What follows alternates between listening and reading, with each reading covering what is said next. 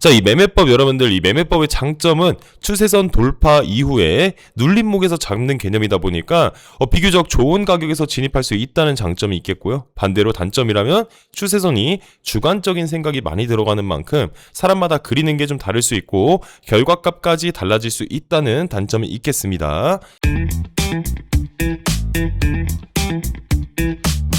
자, 여러분들 안녕하세요. 웨이브헌터입니다. 자, 오늘은 RSI를 활용한 매매 기법에 대해서 좀 알아보도록 하겠습니다. 자, RSI는 일정 기간의 상승폭과 하락폭의 비율을 분석해서 가격의 강도를 수치화한 보조 지표입니다. 자, 기본 설정은 14일을 기준으로 사용하고 RSI에서 70선, 그리고 30선, 과매수 구간, 과매도 구간. 자, 이렇게 하고요.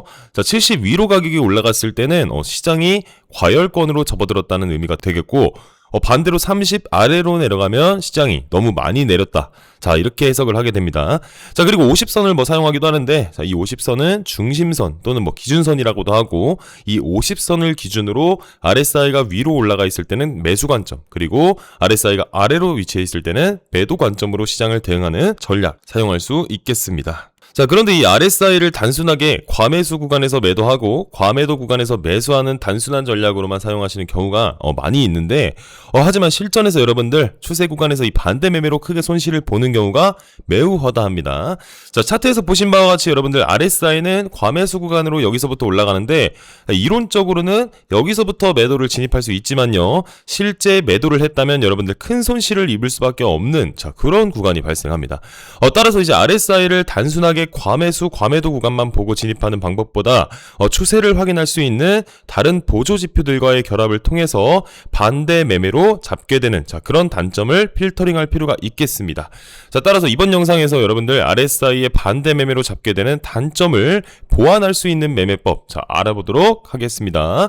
자, 첫 번째 매매 기법, 여러분들 RSI의 추세선을 활용한 매매법을 소개해드리겠습니다. 자, RSI는 위아래로 꺾이는 움직임을 만들다 보니까 그 과정에서 여러분들 일정한 고점 또는 저점을 형성하는 경우가 많이 있는데, 자, 이때 중요한 고점끼리 연결 또는 저점끼리 연결해서 추세선을 만들 수 있습니다. 자, 이전에 RSI의 저점과 저점이 일정하게 만들어지는 것을 볼 수 있는데요. 자, 이때 저점과 저점을 연결해서 추세선을 만들어 줍니다. 자, 그 이후 어느 순간 RSI가 추세선을 하향 돌파하는 구간이 나오고요. 다시 반등해서 저항을 받고 꺾이는 지점이 나옵니다. 자, 이때가 바로 여러분들 매도 타점이 될 수 있겠습니다. 그 이후에도 이제 고점과 고점을 연결하고요. 어느 순간 RSI의 추세선을 돌파하고 눌림을 받고 다시 상승하는 것을 확인할 수 있습니다. 자, 이때가 여러분들 바로 여러분들 어떻게 돼요? 매수 타점이 되겠습니다. 자, 이 매매법 여러분들, 이 매매법의 장점은 추세선 돌파 이후에 눌림목에서 잡는 개념이다 보니까 비교적 좋은 가격에서 진입할 수 있다는 장점이 있겠고요. 반대로 단점이라면 추세선이 주관적인 생각이 많이 들어가는 만큼 사람마다 그리는 게 좀 다를 수 있고 결과값까지 달라질 수 있다는 단점이 있겠습니다. 자, 두 번째 방법, 기준선 돌파 전략입니다. RSI가 50선을 돌파하면요, 강세 또는 약세의 전환을 나타내는데, 자, 추세의 시작을 알리는 중요한 매매 신호라고 할 수 있겠습니다.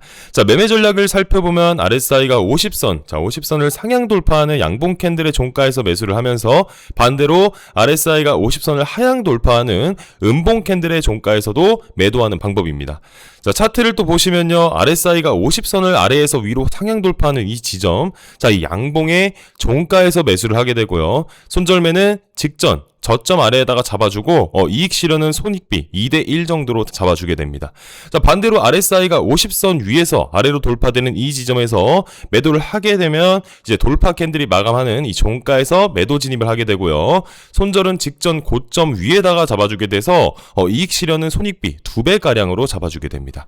자, 이 전략의 장점이라면 여러분들 추세가 본격적으로 진행되는 그 구간에서 잡아가지고 이제 빠른 시간에 수익이 날 수 있다는 장점이 있고요. 자, 단점은 박스권 구간에서 50선 위아래로 RSI가 오르내리는 속임수 구간 만들어질 수 있다는 단점이 있겠습니다. 자, 이번엔 여러분들 RSI의 다이버전스를 활용한 방법입니다. 자, 다이버전스가 뭐예요, 여러분들? 가격의 지표가 반대로 움직이는 현상, 그리고 가격의 저점이 낮아지고 있는데 보조 지표의 저점은 오히려 상승하는, 자, 이러한 현상을 다이버전스라고 하죠. 자, 이 다이버전스가 출현하게 되면 여러분들 추세 전환이 임박했다는 신호로 해석할 수 있겠습니다.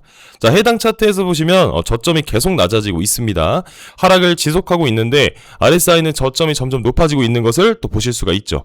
자, 상승 다이버전스가 일어나고 있는 겁니다. 자, 이때 RSI가 이제 다이버전스를 만들고 과매도권에서 30선 위로 올라가는 이 지점에서 매수할 수 있겠습니다. 자, 두 번의 매수 기회가 있었고요. 두 번의 진입 모두 적절한 이익 실현의 기회가 있었다는 거 같이 알 수 있겠네요. 그쵸? 다이버전스 전략 장점 한번 알아보자면 이제 바닥에서 매수할 수 있고 꼭대기에서 매도할 수 있다는 장점이 있겠습니다. 근데 반대로 이제 강력한 추세 구간에서 계속된 반대 거래로 손실이 누적될 수 있다는 단점도 있겠죠. 그쵸? 자, 다음 매매 전략 여러분들 페일리어 스윙 전략입니다. 자, RSI가 70선 또는 30선을 돌파 후 되돌림 없이 고점 갱신 또는 저점 갱신에 실패했을 때 추세 반전의 신호로 해석하고 진입하는 그런 개념이 되겠습니다. 자, 쉽게 말해서 RSI에서 이중 천장형 패턴이 이제 완성됐을 때 혹은 이중 바닥 패턴이 완성됐을 때 매매하는 전략이라고 이해하시면 되겠습니다. 자, 해당 차트에서 보시면요. RSI가 70선 위로 올라갔다가 다음 상승에서 고점 돌파에 실패를 합니다. 자, 그리고 떨어졌을 때 RSI의 직전 저점 아래로 돌파하는 이 시점이 바로 매도 타점이 되겠습니다. 자, 손절은 직전 고점 위에다가 잡아주게 되고요. 이익 실현은 2배 이상 잡아주게 됩니다. 자, 반대로 RSI가 30선 아래로 내려갔다가 저점 갱신에 실패하고 다시 위로 올라갈 때 이 구간이 바로 매수 타점이 되겠고요. 자, 손절은 저점 아래에다가 잡아주며 이익 실현은 손절 대비 2배 이상 잡아주게 됩니다. 자, 이 매매법의 장점은요, 고점 매도 또는 저점 매수 상당히 좋은 타점을 준다는 장점이 있고요. 단점으로는 추세가 강할 때는 실패할 수 있다는 단점이 있겠습니다.